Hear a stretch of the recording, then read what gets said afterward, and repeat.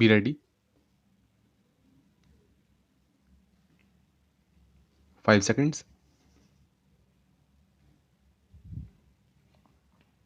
Start. I am glad to be here for the 13th convention of the Central Information Commission.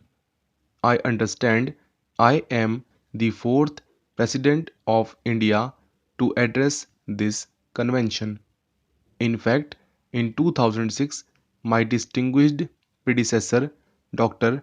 APJ Abdul Kalam, had given the inaugural address at the very first convention of the CIC.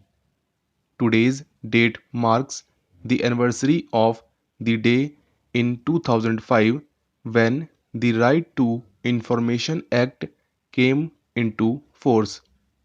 Over the years, the RTI Act has contributed to the deepening of our democracy and has helped add to the knowledge base of our citizens. I must recall here that I was a member of parliament when the RTI law was enacted and part of the standing committee deliberations that helped give final form to the legislation. As such, this is a moment of personal satisfaction for me. Free flow of information is the essence of democracy, and for the people of a free and free spirited country, information is power. They have a right to know how they are being governed, how public money is being spent, how public and national resources are being deployed, how public services are being delivered, and how public works and welfare programs are being carried out. In a democracy, there is no such thing as too much information.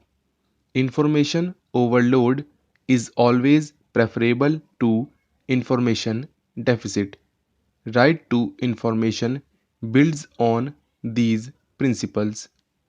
It creates a pedestal for transparent and participatory governance. In 1946, the first session of the United Nations General Assembly resolved that the freedom of information is a fundamental human right and the touchstone of all the freedoms to which the UN is consecrated. I am told that the first RTI related law was introduced in Sweden in 1766, over 250 years ago. In 1990, as the Cold War ended, only 11 countries had an RTI law. In the wave of democratization that followed between 1990 and 2016, 104 more countries gave themselves RTI laws. India was part of this dramatic expansion. In India, the Central Information Commission is the custodian of the RTI Act. In the past 13 years, the CIC, along with State Information Commission that have been set up in every state, enforces the law and empowers citizens with the information they seek. India has appointed 500,000 public information officers under the Act. The estimate of requests for information, I am told, is as high as 6 million requests a year. These numbers are astounding. Appropriately, they are the highest in the world, in keeping with India's status as the world's largest democracy. I congratulate the CIC and all sister and subordinate institutions for these achievements. Ladies and gentlemen, RTI is not a stand-alone.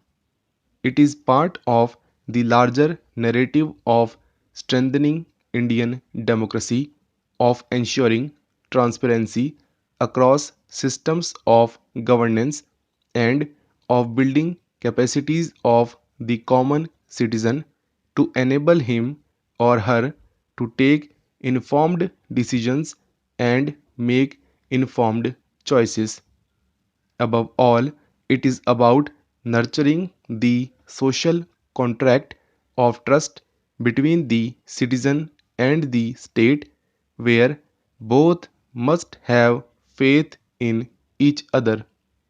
A related and parallel implication is to ensure rational use of public resources to check instances of corruption or waste, to inform trust and ultimately empower ordinary citizens are admirable goals, but frankly, they are not ends in themselves. It is only when we link this process to the realization of definite objectives that engage, enable, and ensure efficiency and so serve to make life that much better for the citizen that we complete the narrative of democracy. RTI is part of such a wider theme. This is a theme that engages citizens by listening to them and by using citizen inputs in decision making and policy shaping. An example is the consultative process that precedes the framing of parliamentary laws. Another example is the reception of real time feedback and inputs on a new mechanism such as the goods and services tax, and a responsive government absorbing that feedback and making necessary changes. The institutional form of such a concept can perhaps be found in MyGov, conceived and created as the world's largest citizen engagement platform.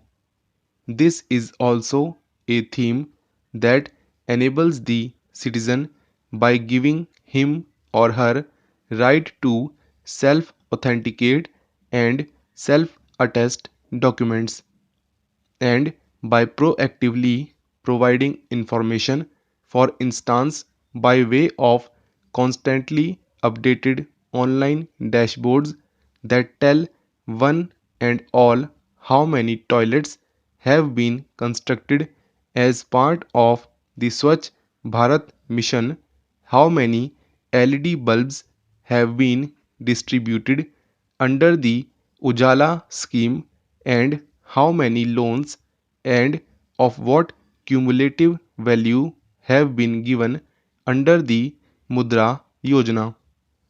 RTI itself enables the citizen when it allows him or her to ascertain the pace and quality of services being delivered, why the road outside the house is not ready yet, on what basis a certain development project has been formulated, or why a certain application to a government agency is still pending.